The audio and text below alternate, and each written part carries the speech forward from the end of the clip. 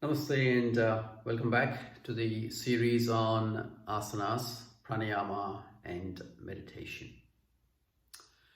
In my previous video on the philosophical aspects of yoga, there was one particular segment where I briefly touched upon Patanjali Yoga Sutras.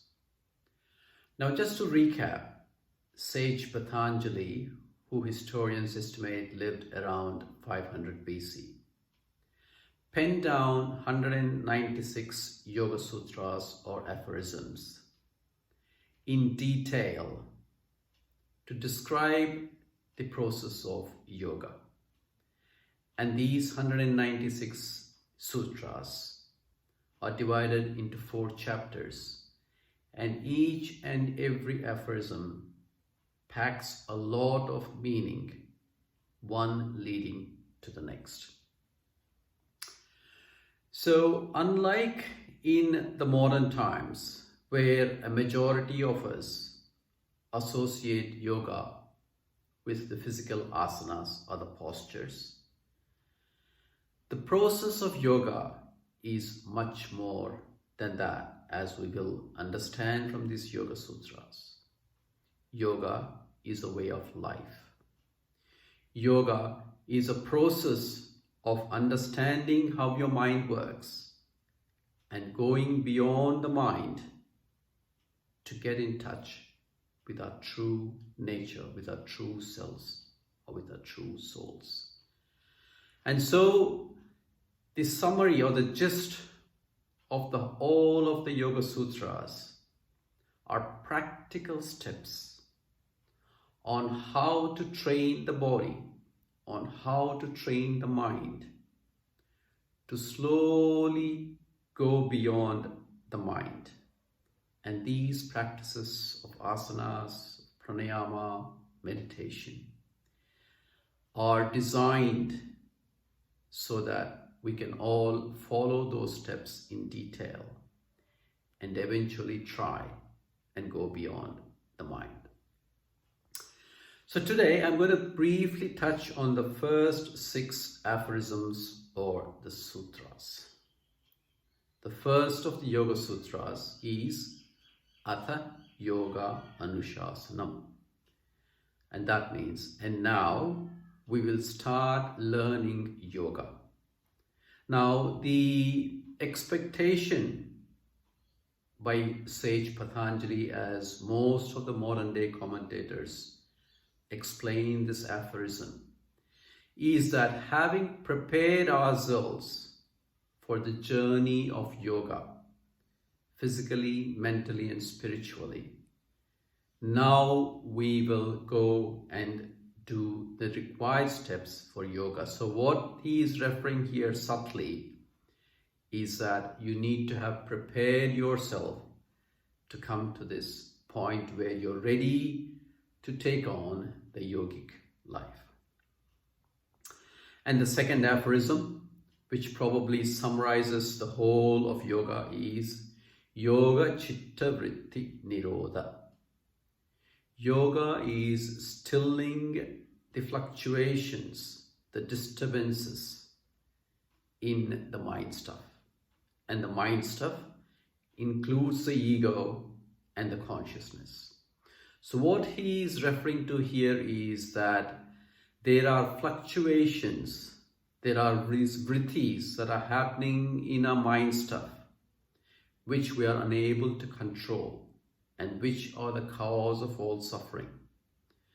And when only we are able to control these fluctuations, these disturbances, when we still the mind, then we can come into a state of yoga. We can come into contact with our true self. And the third aphorism, where he continues on saying, is Tadha Drashtu Swarupe Avasthanam. Continuing on from Yoga Chitta Vritti Nirodha,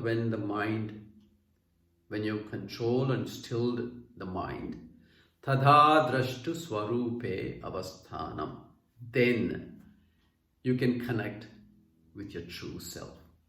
And a nice way of describing this is elaborated by Swami Vivekananda, where he compares the true self to the bottom of a lake, the lake itself to chitta or the mind stuff, and the vrittis as the waves.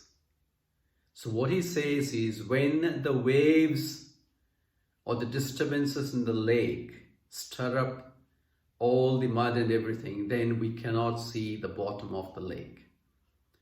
But when the waves have really calmed down and the water is still, then you can see the bottom of the lake.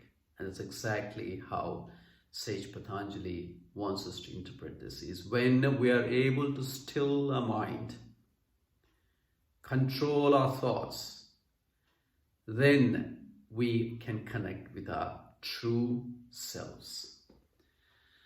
Vritti sarupyam itaratra is the fourth one. That means when we are unable to do that, when the vrittis are not controlled, then we identify ourselves with the fluctuations, with the disturbances. And it's so true. The mind, we are nothing but the thoughts. And the thoughts are nothing but products of a mind. And the mind is nothing but the product of the conditioning from our births. When we are born, we are continuously being conditioned by our parents, by our society, by our teachers, by our relatives, by our friends, and what is happening around us. When you understand that this mind is a conditioned, and when you have that opportunity to still those thoughts and go beyond the mind, then you can come into that state of yoga. But otherwise, what Sage Patanjali is saying is that you're always likely to identify yourself with the thoughts, which is so true. Vritti sarupyam itaratra. Vrittaya panchataya klishta aklishta is the fifth aphorism. The vrittis are of 5 types. Klishta aklishta, some beneficial, some non-beneficial. So what Sage Patanjali has done here is he's classified the thoughts that go in our minds, the process of thinking, into 5 different categories, very scientifically. And he's saying that among these 5 categories, then there are those thoughts that are beneficial, that sometimes give us some joy, that sometimes give us some happiness, that are productive, that are useful. And of course, then there are those thoughts that are detrimental, that cause us pain, that cause us sorrow. Right. So that was the 5th.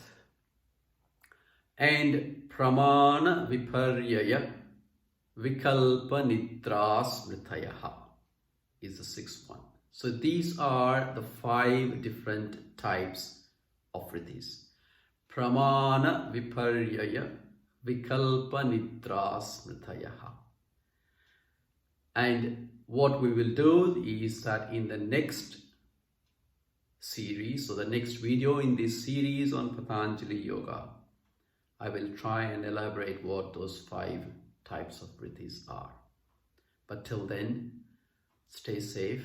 And if you would like to subscribe to these future videos, please hit on the subscribe button on the lower bottom corner.